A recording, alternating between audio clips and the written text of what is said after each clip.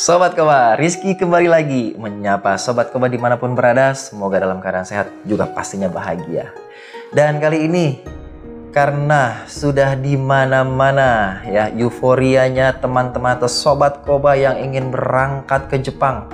Kapan, dan sekarang sudah waktunya kalian untuk mempersiapkan diri berangkat ke Jepang, menjemput rezeki kalian di Jepang sebagai tenaga pekerja migran Indonesia. Nah, kali ini tenaga pekerja migran Indonesia bukan hanya sebagai tenaga Kengshu, namun sebagai tenaga kerja visa Tokutegino atau SSW atau Specific Skill Worker.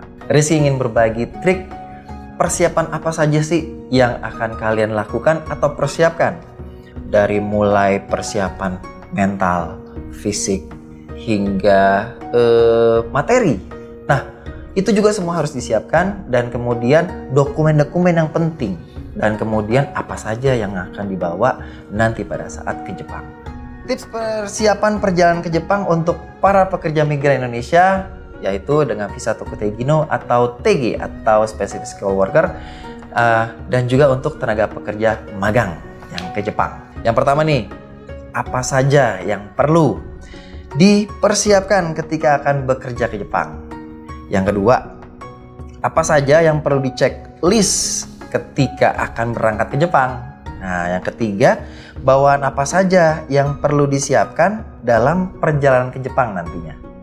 Lalu yang keempat, bagaimana memanage perjalanan dari rumah hingga ke bandara, atau mungkin dari LPK tempat kalian akan diberangkatkan menuju ke bandara. Lalu berikutnya yang nomor 5 adalah apa yang harus dilakukan ketika sampai di bandara, ya. Dan kemudian di poin ke-6, bagaimana sebaiknya membawa barang bawaan di dalam pesawat atau bagasi. Terakhir yang ke-7, bagaimana mempersiapkan kesehatan. Nah, ini kesehatan juga kesehatan fisik maupun mental ya, melakukan perjalanan ke Jepang. Baik, yang pertama, apa saja yang perlu dipersiapkan ketika akan bekerja ke Jepang? Yang pertama ya, namanya juga mau pergi ke Jepang. Jadi artinya sebelum berangkat ke Jepang atau sebelum memilih bekerja ke Jepang, kalian harus searching atau mungkin melihat kenapa, alasan aku apa untuk berangkat atau bekerja ke Jepang, ya gitu. Kenapa nggak ke negara lain? Nah, jadi kalian harus mencari tahu, ya gitu ya. Kenapa aku harus bekerja ke Jepang? Dan kemudian setelah itu kalian mencari ya LPK yang terpercaya. Salah satunya yang terpercaya adalah LPK Koba Mirai Japan atau Koba Group.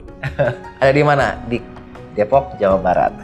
Dan berikutnya, jika kalian sudah melakukan pembelajaran bahasa Jepang, kemudian sudah mendapatkan sertifikat ujian kemampuan bahasa Jepang yang mumpuni, yang seperti JLPT, kemudian JTEST, NATES maupun JFT ya, dan kemudian sudah mempunyai sertifikat nih, andaikan jika kalian ingin bekerja ke Jepang sebagai tenaga Specific Skill Worker atau TG atau Tokutegino, yaitu kalian juga harus mempunyai ujian sertifikat setara N4 atau JFT A2 atau JLPT N4 atau NATES ya.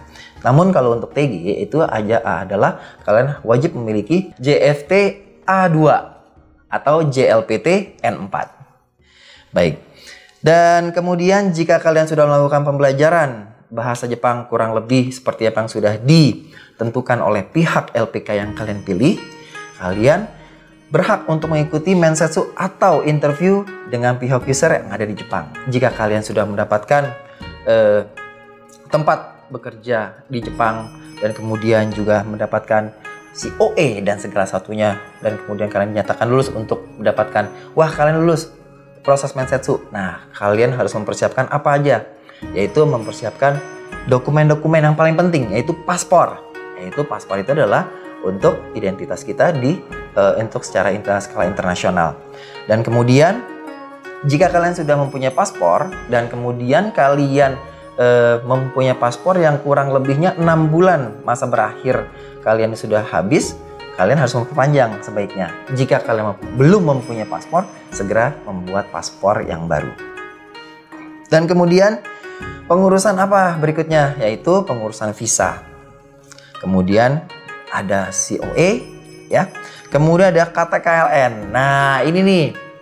Jika kalian berangkat ke Jepang sebagai tenaga pemagang, kayak gitu ya.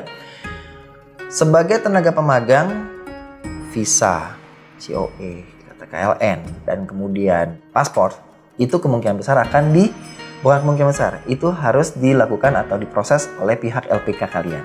Namun jika kalian berangkat ke Jepang sebagai tenaga spesifik worker atau dengan visa Tokutegino, kalian harus mengurusnya sendiri, ya.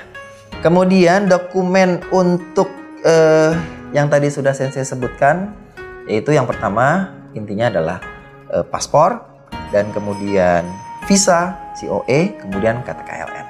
Ya. Nah, untuk pengurusan dokumen yang tadi Sensei sebutkan, agar dipastikan tidak ada kesalahan. Nah, kesalahan ini di mana saja, Rizky Sensei? Kesalahan dokumen ini bisa fatal, ya. Kesalahan yang kalian mungkin ini nanti kita bisa diperbaiki kok. Jangan salah, jika ada ketidaksamaan nama atau huruf dari KTP kita, akta kelahiran, di KK, itu sedikit repot. Untuk memastikan tidak ada kesalahan atau tidak ada perbedaan antara dokumen-dokumen kalian sejak lahir. Nah, kemudian yang berikutnya nih ya, kalian sudah mengurus, dinyatakan akan berangkat ke Jepang di tanggal sekian. Nah, kalian harus mempersiapkan apa? Dokumen-dokumen kesehatan, apalagi kita harus melakukan vaksinasi yang sebanyak dosis 1 hingga dosis ketiga. Dokumen apa saja yang untuk kita persiapkan atau kita serahkan pada saat kita proses check-in? Pada saat itu, kalian harus mempersiapkan paspor, visa, kemudian COE, kayak gitu ya, dan kemudian surat kesehatan, ya. Surat kesehatan di sini adalah di mana harus melampirkan sertifikat atau surat keterangan PCR. Apa saja yang perlu di-checklist ketika akan berangkat ke Jepang? Yang perlu di-checklist sebelum berangkat ke Jepang, ya. Kalian berangkat ke Jepang di bidang pekerjaan apa? Kemudian jangan lupa menukar uang ke mata uang yen. Walaupun hanya sedikit, paling tidak kalau misalnya kita membawa 1 juta rupiah atau 2 juta rupiah untuk awal kita membeli sesuatu hal yang kita lakukan di Jepang pada saat kita seminggu atau 2 minggu atau 1 bulan kita melakukan aktivitas di Jepang. Oke, berikutnya, bagaimana sebaiknya membawa barang bawaan di dalam pesawat? Jika kalian masuk ke kabin dan ingin membawa ingin membawa barang ke dalam kabin, yaitu bawalah satu koper kecil yang ukuran 12 in atau 14 in.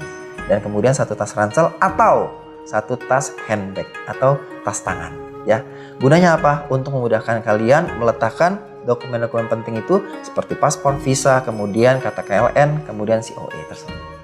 Yang paling penting nih, Sobat Koba, yang pastinya jika kalian belum pernah ke Jepang, kalian akan mendapatkan shock culture. Ya, kaget yang biasanya kalian hidup di atau kebiasaan di tempat tropis, tiba-tiba tempatnya dingin kayak gitu ya, aktivitas di tempat dingin kayak gitu ya, makan tidak nafsu. Maka dari itu sedikit tips dari Sensei, bawalah makanan-makanan kering yang bisa kalian untuk adaptasi lidah kalian agar tidak terkejut atau tidak shock dengan makanan yang ada di Jepang. Oke, itulah tips dari Rizky Sensei untuk pemberangkatan ke Jepang. Nah, jika ada yang ingin ditambahkan dari kalian atau Sobat Koba, silakan tambahkan di kolom komentar.